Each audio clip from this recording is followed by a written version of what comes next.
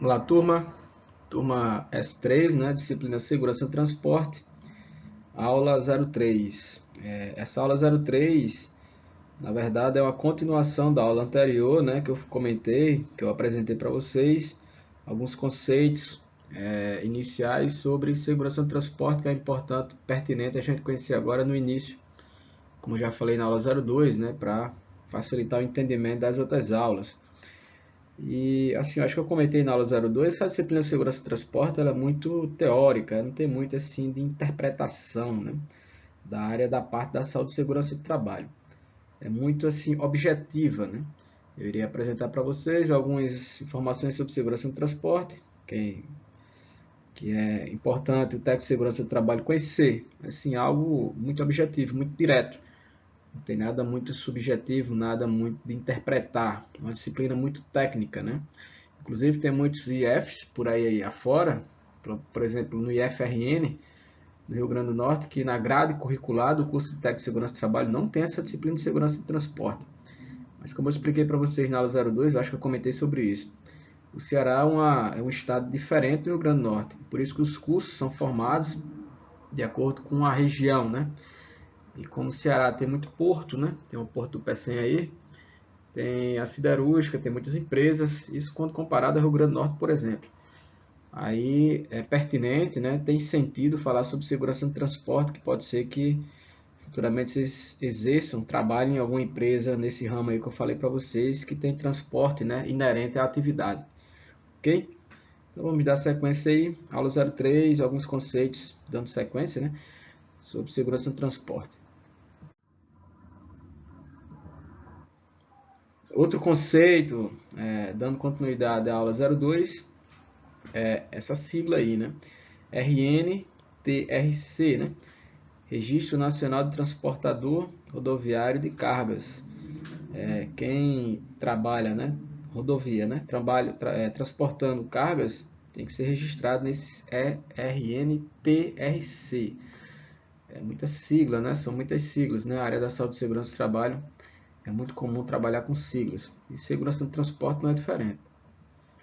E apenas a imagem aí para falar o que eu acabei de dizer aí, o texto acima, né? RNTRC, Registro Nacional de Transportadores Rodoviários de Cargas.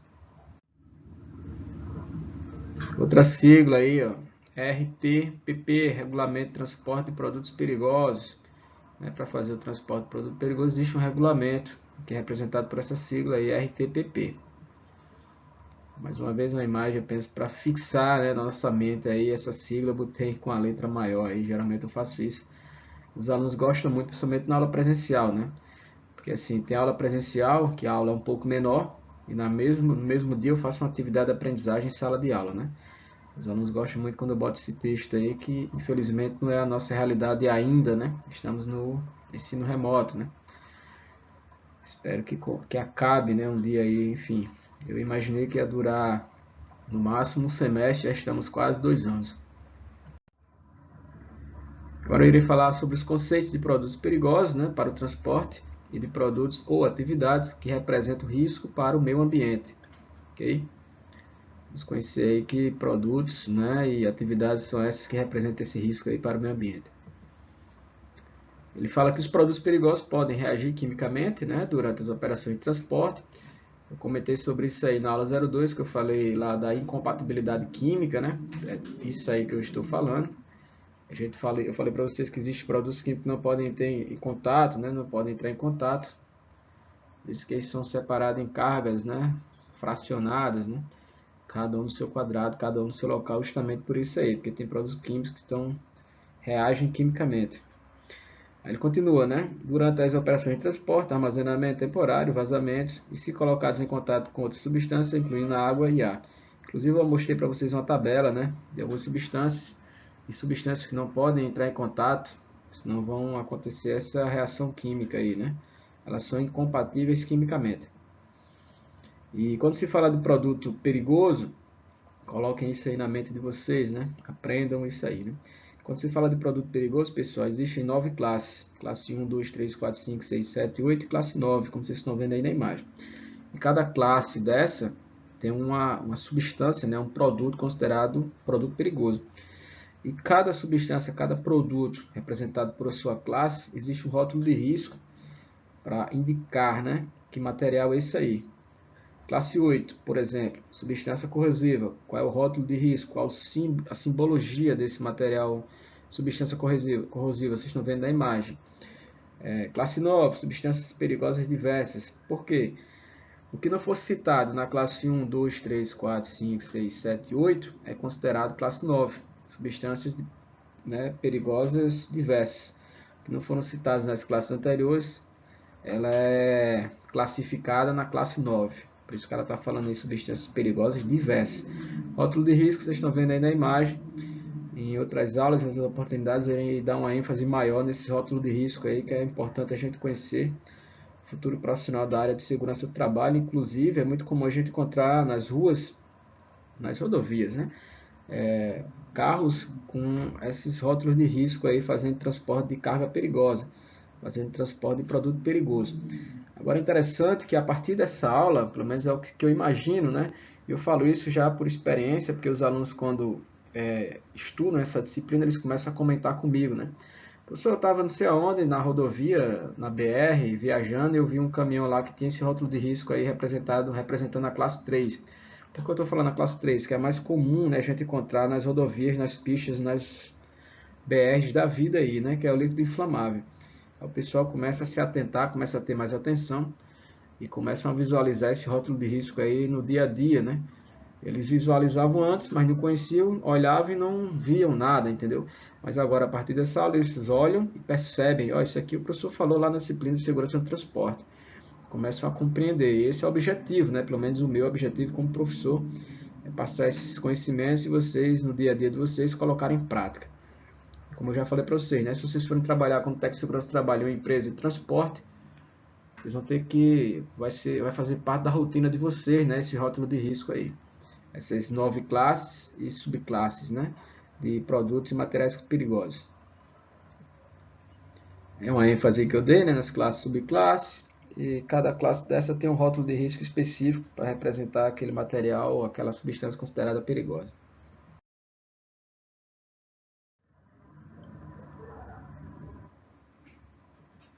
Ele continua, né? Os produtos ou atividades que representam risco para a saúde ou meio ambiente são classificados pelo GHS, né? O que seria GHS, Sistema Globalmente Harmonizado, porque é um termo em inglês, né? Vocês sabem que em inglês se escreve de trás para frente, o GHS, o S é de sistema, o H, Harmonization, né? E Global, né? O G de globalmente. Podendo ser produtos químicos ou não químicos, né? Pessoal, eu gosto muito de falar dicas de concurso público. Eu já fiz muitos concursos públicos na minha vida aí como estudante. Todo professor tem que ser estudante um dia, né? Inclusive, eu sou estudante ainda hoje, né? Estou fazendo 2 cursos de especialização na área de saúde e segurança do trabalho, enfim. E, assim, eu gosto muito de dar dica, né? Passar dica para vocês sobre concurso público. Essa leitura que eu fiz para vocês agora sobre esse produto, atividade que representa risco para a saúde e o meio ambiente, são classificados de acordo com quem? Eu já vi essa pergunta, esse quesito em vários concursos públicos, ok? Eles escrevem esse texto e perguntam como é que é feita a classificação de produtos ou atividades que têm risco ao meio ambiente em relação a produto perigoso, né? Seja ele produto químico ou não, como ele está falando aí, né? É quem? Sistema Globalmente Harmonizado, GHS. E aí, só para dar uma ênfase, as simbologias, uma representação ali, né? Um adesivo ali numa embalagem certificada, né? E o GHS é a sigla, né, para representar o Sistema Globalmente Harmonizado.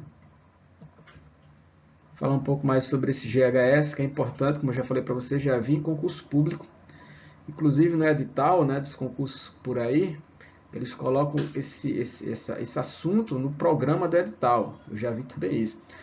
Vamos supor, tem uma vaga para técnico de segurança do trabalho, é o programa do edital, o programa que vai cair na prova, né? Tem lá, GHS. Quer dizer, o aluno souber nem o que é GHS, ele vai olhar GHS, pô, o que é GHS? Ele sabe nem o que significa sigla, né? Ele vai pensar que é uma coisa começando com a letra G, mas não é, como eu já falei para vocês, é um termo em inglês, né?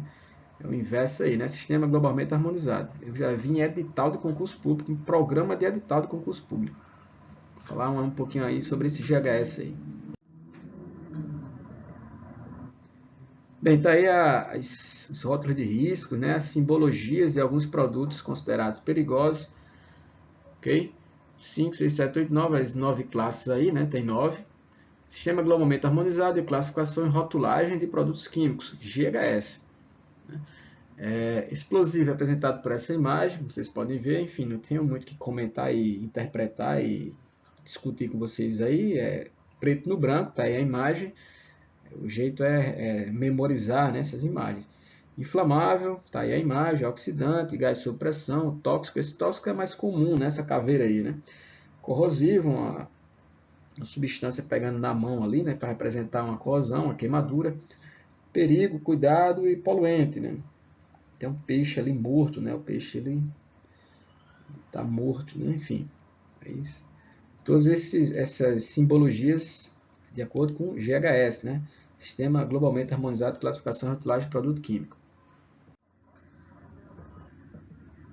Para enquadramento em qualquer um dos dois conceitos, perigoso para o transporte ou perigoso GHS, né? É preciso realizar uma análise preliminar, AP, né? E, frequentemente, teste de laboratório. Aí tem um exemplo aí de um AP ou APR, tanto faz, né? Análise preliminar ou análise preliminar de risco, tanto faz, a ideia é a mesma, né?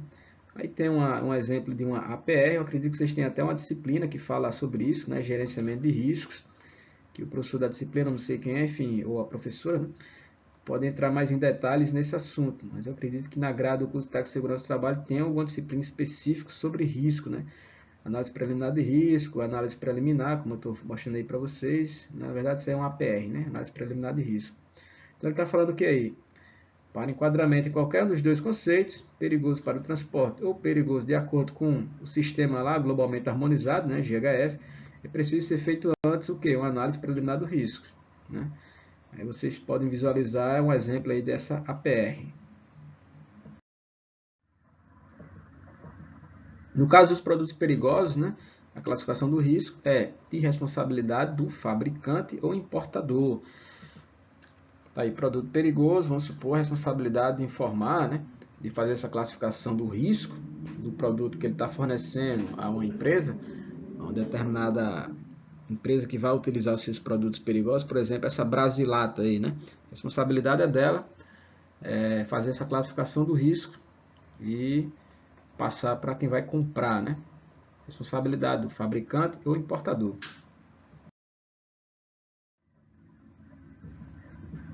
O distribuidor já recebe o produto classificado, né? Quem comprou, né? Que foi classificado por quem? Pelo fabricante ou pelo importador. Embalado, rotulado, quem comprar, né? Distribuidor, né? Marcado, né? Marca de conformidade de acordo com o Inmetro. O Inmetro é um órgão acreditado, né? Que pelo governo, né? Que faz essa classificação, essa qualidade, né? Do material. Lote, data de fabricação, validade, etc. E sinalizado, né? Símbolo de manuseio e de riscos, quando houver. E deve acatar as instruções do fabricante constantes no rótulo e bulas. Outro exemplo aí, né, do distribuidor já recebe o produto, como eu já falei para vocês aí, ó, classificado, embalado, rotulado, marcado, assim como vocês estão vendo na imagem abaixo. Por isso que sempre que possível, né, quando eu encontro uma imagem na internet, eu coloco para vocês, para facilitar o entendimento, para facilitar o que está dito no texto acima. Vocês estão vendo esse caminhão aí, né, carregado muito provavelmente com produto perigoso, está todo informando ali, né, com seus rótulos de risco, lá, as enumerações, as informações daquele produto que está sendo carregado pelo caminhão aí, né. Do lado direito, as embalagens certificadas, também com seus adesivos, informando qual produto que contém nessa embalagem aí certificada, né. Então, portanto, o distribuidor já tem que receber todas as informações que são repassadas por quem? Pelo fabricante ou importador, como foi dito no slide anterior. Transportados a granel, né? O que seria isso? Quando o produto perigoso é transportado sem qualquer embalagem ou recipiente, que não é o caso da imagem anterior, né? Ali são embalagens e recipientes certificados, né? Sendo contido pelo próprio tanque, vaso, caçamba, contentor de granéis instalado ao veículo ou em contêineres tanque. Eu já comentei com vocês já na aula 02 um pouco sobre esse conceito aí. Ou fracionados, embalados, né, aplica-se este grau de risco. No caso de fracionado, quando, por exemplo, o produto ele foi incompatível quimicamente ele tem que ser uma carga fracionada, né? Carga separada, né? Já comentei para vocês na aula 02, por quê? Porque a relação à incompatibilidade química entrou em contato, pode ser que aconteça uma reação química e, consequentemente, uma explosão, né? Os grupos de embalagem são esses três aí, ó. Primeiro, produtos de alto risco. Segundo, produtos de risco moderado. E, por final, o terceiro aí, né? Terceiro grupo de embalagem, produtos de baixo risco. Quando se fala em embalagem, existem três grupos. O risco elevado, o risco moderado e baixo risco. Tem essa imagem aí que é interessante. Inspeção e probabilidade, né? Na verdade, é o impacto com a probabilidade, né? Impacto é baixo, probabilidade é baixa. E tem aquele gráfico aí com as cores. Quanto mais escuro, né? Quanto mais vermelho for a cor, maior a probabilidade de acontecer um impacto, né? Um acidente. Quanto mais verde, menor a probabilidade de acontecer um acidente. E no meio ali, o moderado, né? Representado ali pela cor verde. Esse gráfico com cores aí, né? Verde, amarelo e vermelho, é para representar os grupos de embalagem, né? O 1 pode ser representado ali pelo vermelho, o 2 pelo amarelo e o 3 pelo verde, né? Que está representado ali pelo baixo risco. Ok? A Anvisa e as legislações específicas dos produtos, né? Assim como os próprios fabricantes, dão os parâmetros com base nas formulações ou propriedades físico-químicas dos produtos. Okay? Então, a Anvisa, né, e legislações específicas daquele determinado produto perigoso, né, ele leva em consideração que, né, para dizer os parâmetros, né, de segurança, formulações ou propriedade físico-química desse produto que está sendo, vamos dizer assim, avaliado, né, verificado pela Anvisa. Anvisa, para quem não sabe o que significa a sigla, né? Agência Nacional de Vigilância Sanitária. Como, por exemplo, eu trouxe essa tabela aí das propriedades físico-químicas de alguns materiais, né? Cana, soja, milho, cerrado. Aí tem as proporções de cada propriedade físico-química, né, deles. Isso aí, no caso, é o uso do solo, né? Não tem muito a ver com produto perigoso, né? Enfim, eu trouxe porque foi o que eu encontrei para facilitar o entendimento que seria essa propriedade físico-química dos produtos, como, por exemplo, eu trouxe aí, né, cana, soja, milho e cerrado. Seria interessante se tivesse trazido de produtos perigosos, mas enfim, a tabela é muito similar. A ideia aí é para conhecer, para saber o que seriam esses produtos, essas propriedades físico-químicas que eu falei aí. Por exemplo, quantidade de chumbo, de cálcio, de magnésio, de cálcio, de nitrogênio, de carbono, de umidade, pH, e enfim, isso aí são as propriedades físico-químicas de um determinado produto, que não é o caso aqui de produto perigoso, na imagem que eu estou mostrando para vocês, na tabela, mas só para a gente ter esse conhecimento aí. Então, baseado nessas propriedades físico-químicas, chumbo, cálcio, magnésio, cálcio, manganês, né, cálcio, enfim, nitrogênio, que se faz a verificação por parte da Anvisa, né, Agência Nacional de Vigilância Sanitária, os parâmetros de segurança daquele determinado produto perigoso. Aí deu uma ênfase nas propriedades físico-químicas, né? Tudo isso com base em experimentos históricos de danos causados por estas substâncias, né? A Anvisa, né, leva em consideração também, além das propriedades físico-químicas, experimentos históricos, né, de danos causados já por aquele tipo de produto perigoso, aquele tipo de substância perigosa. Já que ele está falando aí histórico de danos causados por essas substâncias, a área da saúde e segurança do trabalho ela usa muito isso aí, histórico de determinado acidente de trabalho que aconteceu, de um incidente, de algum acidente de proporções maiores, como por exemplo aquele do incêndio lá da Boate Kiss, né? A área da saúde e segurança do trabalho ele tem esse, vamos dizer assim, esse costume, né? Quando teve aquela tragédia, na verdade, né? Lá na Boate Kiss, aquele incêndio lá que vitimou várias pessoas, inclusive a maioria dessas pessoas eram jovens, né? Inclusive da mesma família, que era uma região pequena, né? Quase todo mundo se conhecia, enfim, que estava frequentando aquela boate lá naquela noite. E a partir daquele dia, você pode ter certeza que a área da saúde e segurança do trabalho, do ponto de vista de sinistro, né? Do ponto de vista de incêndio, ficou muito mais rigoroso. Por quê? Pelo histórico de danos causados, não foi pela substância, não estou falando aqui de produto perigoso, estou fazendo aqui uma analogia lá com a Boate Kiss, né? Vocês compreenderem que, infelizmente, quando tem um sinistro, um acidente dessa natureza, a área da saúde e segurança do trabalho, ela ela leva a sério, né? Os órgãos, né, as instituições levam a sério, o negócio fica muito mais rigoroso. Infelizmente é assim que funciona. E a partir daquele sinistro lá da Botkeys, pode ter certeza que várias boates foram fiscalizadas, foram vistoriadas, foram fechadas, né?